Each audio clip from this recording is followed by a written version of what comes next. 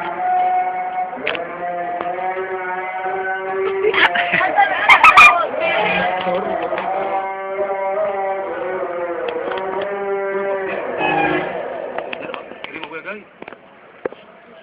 ما يجي يقول عشان نحدث البطيخه على طول.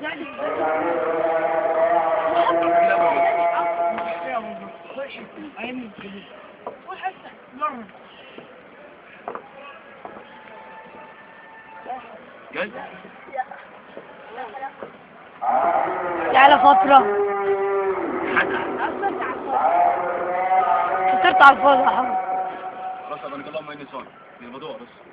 انت فطرت خلاص. ما بهداش كده على لساني لحد اياض زي المشي.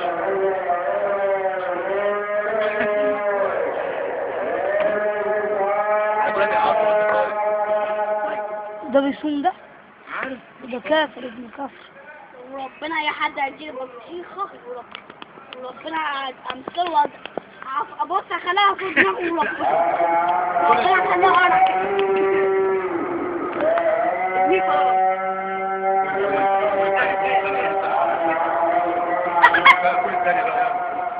وشوكوا الله بيخلص البطيخ على الساعة 8 الصبح يا جدعان.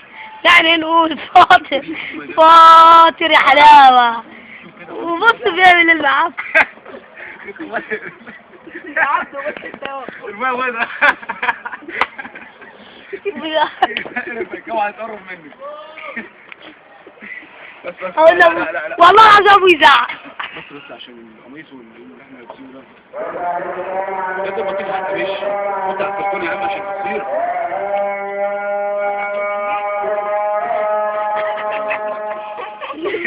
بقول لك يا سامح شوكة فاطر. بقول لكم يا بنات يا جدعان شوكة فاطر. يا معتز شوكة فاطر. يا فاطر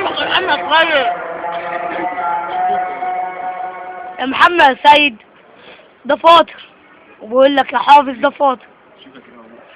وشوكة بياكل الساعة 8 الصبح يا جدعان. يا جدعان انا سيد جدع. انا بقول لكم احنا في السوق يا جدعان نعدي على طول.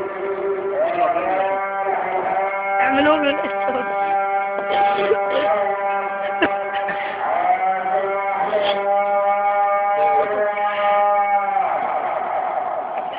يلا حسب البتاع اوعى كريمه. ما يعرفش 11 ابويا ما يعرفش. انا بقى شوف انا كنت هات منجيل يا ابني وديني الكلب هات منجيل.